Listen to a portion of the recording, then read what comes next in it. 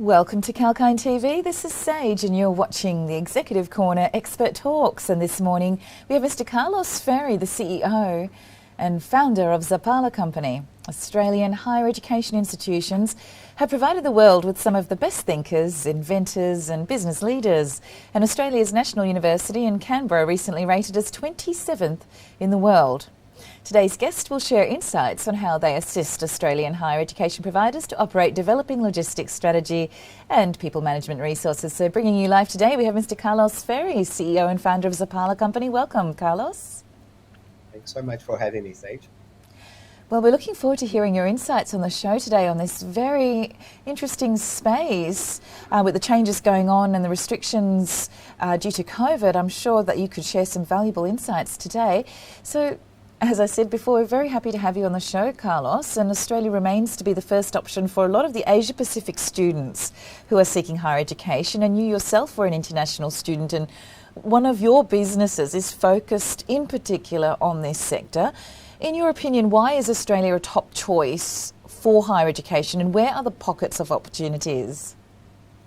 Well, that's a very interesting question as we're going through, not just lockdowns throughout Australia, but also Australia has still, its borders closed. But Australia is one of the four main countries that all international students want to go to for a couple of the reasons. But the main reason is a lot of those students, they see in Australia an opportunity where they can study, but also have some work experience while they study.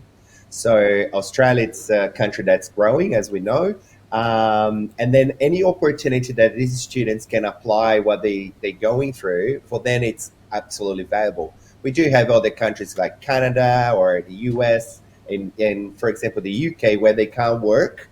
And so that experience then I said, okay, I'm going to study for how long? And then what about after that? I go back to my country and I didn't really have that exposure to the experience. And Australia, of course, I'm not even going to touch about, the weather we have and all the opportunities that the companies in Australia offer to international students. But in fact, what the country is trying to do, it's really trying to show itself as a place where for higher education, we are as good as, countries like the US, for example. They have been known, for a very long time in the higher education sector to receive some of the most brilliant minds around the world. And well, for me, it was exactly the same. Here I am, after 12 years, I came just to do my studies, and then things involved, created businesses, became an entrepreneur, and today I employ actually Australians. So that's what Australia is going for. People can transform, and help the country to grow. Exactly right. I completely agree with you, and congratulations on the success of your businesses and being able to employ Australians. That's a remarkable accolade to have. And you're absolutely right. Australia does offer not only fantastic weather and culture, but also the opportunity for students to work. And I think they have just developed that policy as well further to not put any caps on how much students can work, I believe, if I'm not wrong. But it's about the hours. So right. Students usually they have a limitation of 40 hours every fortnight.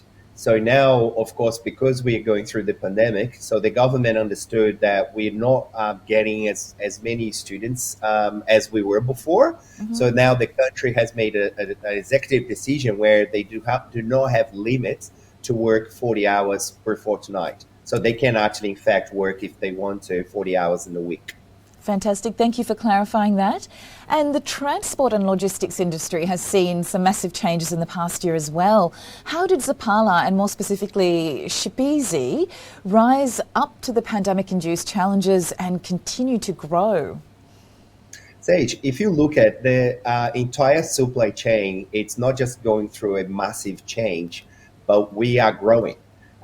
It's, everybody talks about e-commerce and then we're ordering more, online and all that kind of thing. We actually looking at the entire supply chain. You can see that everyone is trying to become a little bit more digital. Everyone is trying to cope with the demand. Everybody's trying to, get to the customer faster. And with all of this, the only thing that you can look at is say how technology can help, because you do have certain, physical limitations. You can't go after that. So you've got a certain number of trucks, or you've got a certain number of vessels or airplanes, that can actually carry goods.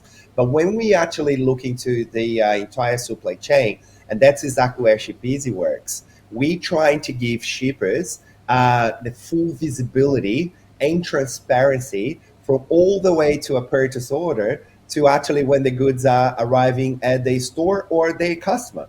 And the reason for that is we analyze their demand when we're trying to help them with data analytics to say, okay, are you buying actually the right quantity? Are you actually really buying at the right time? Because that's how long it takes to get here. And if you actually don't have those insights from your own perspective, from your own data, you're just going to be buying more products than you need or less products than you need.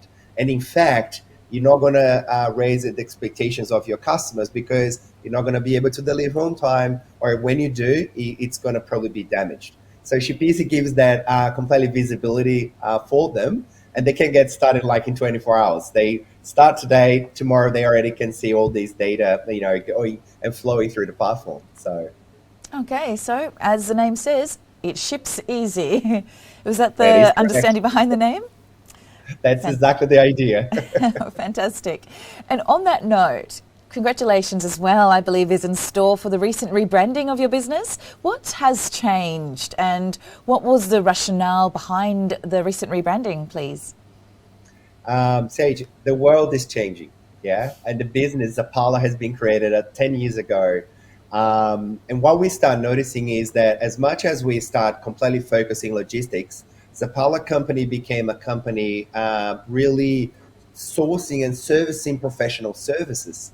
So today, after our consolidation, Zapala Company has ShipEasy as a software technology company. We have Maple Bear Australia, which is a bilingual Canadian childcare centers that we have within our brand. And we have Studio 7, which is a digital agency focusing on producing videos and producing explainers to companies. And the three businesses, in fact, they now start picking up and start going very well after a massive year that we had last year. And then we just thought having a rebrand, it's not just telling the world how we actually standing after the process that we went through last year, but we also have big plans and expansion plans to go to Europe and the US by the end of the year. So that for us, it's to show the world that yes, we are resilient and we are adapting to what the world is requesting from us as well. Okay.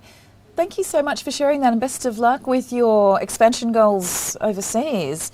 And it's such an exciting space for you, childcare and education. The Australian federal government is putting so much support infrastructure into that area for helping the young families with multiple children.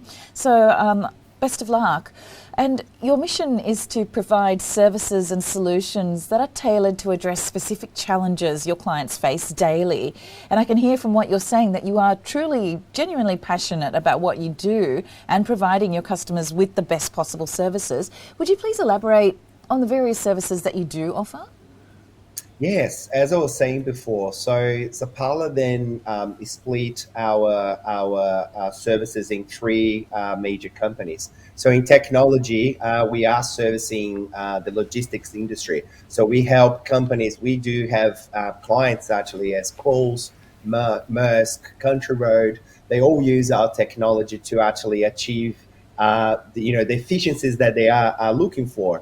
On the education side, we have, as you said, the two, I guess, points of touch, which one is international students. They still being the third largest industry for Australia. And what we're trying to do, we're trying to help them to do the right way, to find the right place, to find the right school, even in the right state in Australia to move into, rather than just go like, oh, I'm going to go and work and do this and that.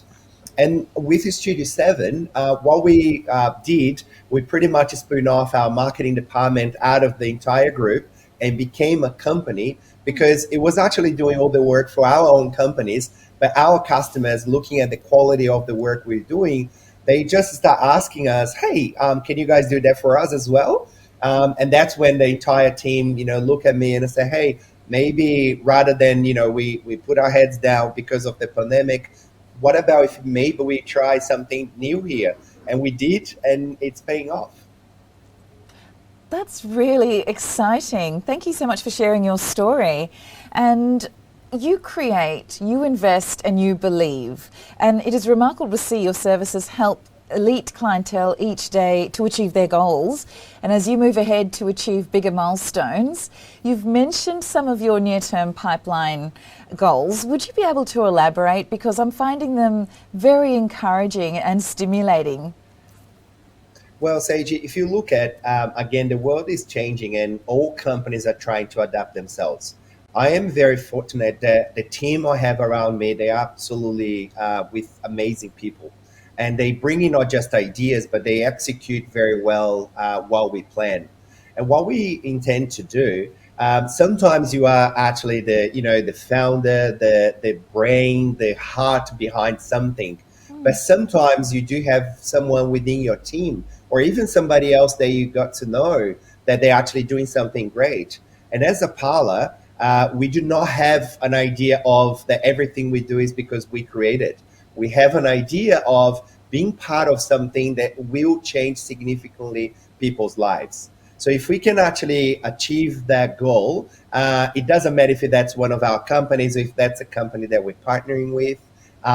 We have big plans. We are big executors, but more than that, we want to achieve our purpose. And our purpose is to make sure that where we touch or where we are actually having, our services, we can make a difference for that company, for that person, for that team. And that's our intention. It has been since I've created Zapala. That sounds wonderful, Carlos. Thank you so much for sharing that. And an organisation is truly a living, breathing, dynamic entity. And I'm sure it's a very positive experience working for one of your organisations. So, Carlos, thank you for making time for the show today and sharing your very valuable insights. But that's all the time we have for, so we'll have to wrap up there. And viewers, if you've just joined us, we just had a very interesting discussion with Mr Carlos Ferri, CEO and founder of Zapala Company. You can watch the full interview on the YouTube channel Kalkine Media. And as we say, stay appraised and invest wise with Kalkine.